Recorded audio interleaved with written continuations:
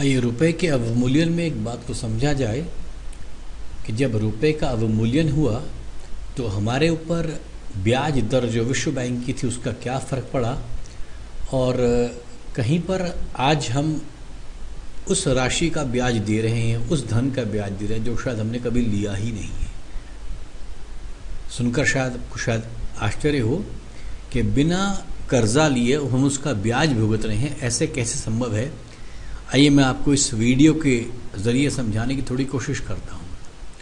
देखिए, हमारे आंकड़ों के लिहाज से 1951 में क्षमा कीजिएगा 1991 में भारत ने 8,380 करोड़ डॉलर का कर्जा लिया था। उस समय के लिहाज से डॉलर की कीमत लगभग 19 रुपए के आसपास थी। तो जब हमने शुरू में कर्जा लिया तो वो कर्जा लिया गया, मैंने आपको बताया कि 8,380 करोड़ यूएसडी। तो हमने कर्जा लिया 1991 में 8,380 करोड़ यूएस डॉलर। अब प्रश्न आया कि इतने को डॉलर लेने के बाद हमने उसका क्या किया। हमने भारत में किसी संस्था में लगाया, सड़कें बनाने में लगाया, इंफ्रास्ट्रक्चर में लगाया, मैन्युफैक्चरिंग यूनिट में लगाया, बैंक में लगाया, जहां पर भी लगाया हमने उस डॉलर को सबसे पहले रुपए में बदला, क्योंकि भारत की करेंसी रुपया है। तो 8,380 करोड़ रुपया उस समय के 19 रुपए के डॉलर के लिहाज से बन जाता है 1,58,650 करोड़, 1,58,650 करोड़। अब आपकी कैलकुलेशन के लिए ये जो कर्जा हम लेते हैं इस पर विभिन्न प्रकार से ब्याज होता है। शॉर्ट टर्म का अलग होता है, लॉन्ग टर्म का अलग होता है, कुछ हमको सब्सिडी पर मिला करता है, लेकिन जितना भी पैसा हमें कर्जा मिलता है हमें वो सब वापस करना पड़ता है और उस सारे पैसे पर हमें कुछ ब्याज देना पड़ता है। आइए आंकड़ों के जरिए बहुत कम ब्याज समझ के समझते हैं। मान लीजिए मेरे पास 4% का मुझे ब्याज देना पड़ेगा, तो 8,380 करोड़ रुपए के ऊपर 4% वार्षिक के लिहाज से मेरा ब्याज बैठता है 335.2 crore US dollar. 335.2 crore US dollar मेरा अभी 4% के लिहाज से ब्याज है। पर जैसे मैंने आपको बताया कि देश में हम सब कार्यवाही क्योंकि रुपए में करते हैं, तो हमें ये समझना पड़ेगा कि वो कितना पैसा हुआ। वो पैसा मिलकर के आ गया 6,368.8 करोड़ रुपया। ये जानिएगा कि 6,368.8 करोड़ रुपया मेरा सिर्फ ब्याज है। अब आज की तारीख में जब डॉलर की कीमत 60 रुपए के पार चली गई तो 8,368.8 करोड़ जो मेरा ब्याज था वो 335.2 करोड़ न रह करके डॉलर में उसकी वैल्यू बदल गई।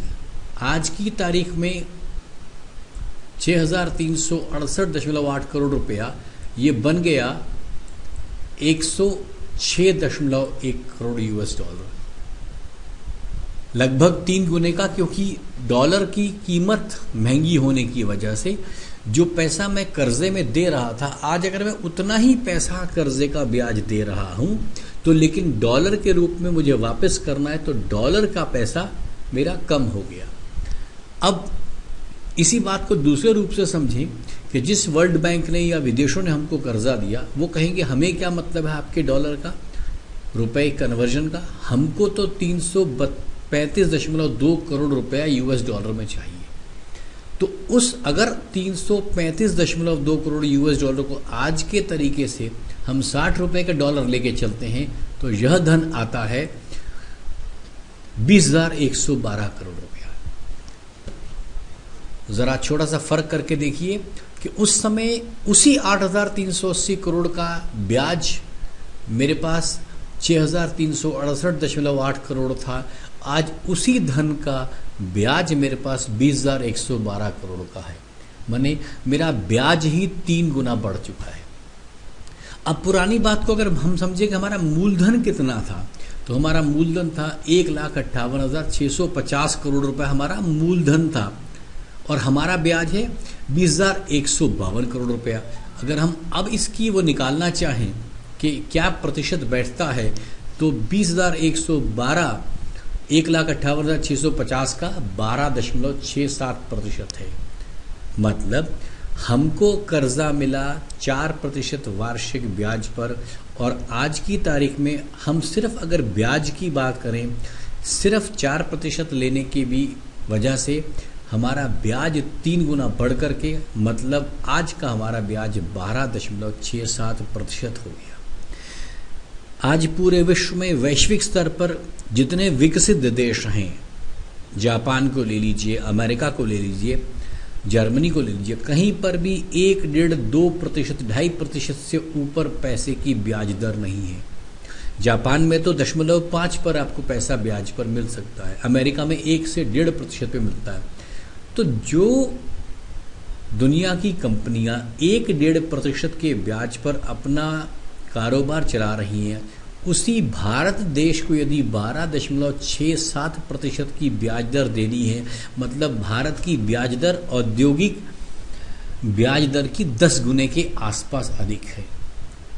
तो इतने बड़े ब्याज पर पैसा लेकर के उस पैसे से हम क्या विकास कर पाएंगे, ये सोचने का विषय है। इस आंकड़े को जरा और आगे लेके चलते हैं कि आज की तारीख में जो मेरा कर्जा 2012 में लिया गया, उस कर्जे की वैल्यू है 3,90,048 करोड़ $, और इसको अगर कर्जे में नापा जाए रुपए में तो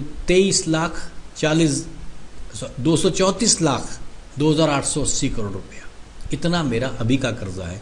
और अगर इस कर्जे पर मुझे ब्याज देना है 4% के तरीके से, तो मेरा ब्याज बैठता है जाकर के, आप अंदाजा लगा सकते हैं, 9,36,115 करोड़ रुपए का मेरा ब्याज है, जो इस वर्ष का पैसा मैंने डॉलर में लिया, और यदि उसकी 4% की ब्याज दर मांगता हूं, क्योंकि मेरा डॉलर 61 रुपए का हो गया। अब मैंने क्या किया, इस पूरे ब्याज को भारत की जनसंख्या 125 करोड़ से विभाजित कर दिया। तो आप कल्पना करें, 7,488 रुपये प्रति व्यक्ति हम इस देश में इस साल के कर्जे की ब्याज दर दे रहे हैं, यदि वो 4% ब्याज दर का धन है। इतना अधिक ब्याज हम दे रहे हैं। इस पैसे से क्या विकास होगा, और क्या विकास का सारा पैसा दोबारा अमेरिका में नहीं पहुंच जाएगा, वर्ल्ड बैंक को नहीं पहुंच जाएगा, विकसित देशों को नहीं पहुंच जाएगा, ये एक बहुत बड़ा प्रश्न है। तीसरी चीज, जो 1,58,650 करोड़ रुपया मेरे पास 1991 में मैंने लिया था, अगर उस पैसे को मैं आज में कन्वर्ट करता हूं, मैंने 1,58,650 करोड़ रुपए यदि मैं आज लेता हूं और 60 रुपए का डॉलर लेता हूं, तो मेरे पास आज की तारीख में डॉलर का कर्जा आ जाता है 2,644 करोड़ रुपया। मतलब जो 1991 में मैंने 8,380 करोड़ रुपया लिया था, वो पैसा ही आज डिवैल्यूएट होके 2,644 करोड़ बन चुका है। तो आज मैं जिस धन का उपयोग कर रहा हूं, भले ही मैंने उस समय 8,380 करोड़ लिया था, उसकी वजह से 1,58,650 करोड़ रुपया लिया था, आज वो 1,58,650 करोड़ रुपया 2,644 करोड़ डॉलर के बराबर हो गया। अब मैं जो ब्याज भुगत रहा हूं, वो भुगत रहा हूं मैं 8,380 करोड़ $, पर, और आज मेरे पास वो पैसा है 2,644 करोड़ रुपये। मैंने 5,736 करोड़ $, के बराबर के धन का मैं उपयोग नहीं करने के बाद भी ब्याज दे रहा। इस डॉलर की डिवैल्यूएशन का ये बहुत ही बड़ा खेल है। यदि आपको याद हो, प्रेमचंद की कहानी थी होरी किसान की, हमारी हालत ये होगी, हमारे को आज ब्याज जिस पैसे पर देना पड़ता है, उस पैसे को हम इस्तेमाल नहीं कर रहे हैं। अब आप कल्पना करें, इस चीज से बाहर निकलने का कोई रास्ता हमको ढूंढना है, जो अगले वीडियो में आपको बताया जाएगा। आज की तारीख में तो जो ये रास्ता बताया जा रहा है, फिजिकल डेफिसिट का जो ये रास्ता हमारे सामने ट्रेड डेफिसिट का बढ़ता जा रहा है, इसका तो कोई अंत नजर ही नहीं आ रहा। धन्यवाद।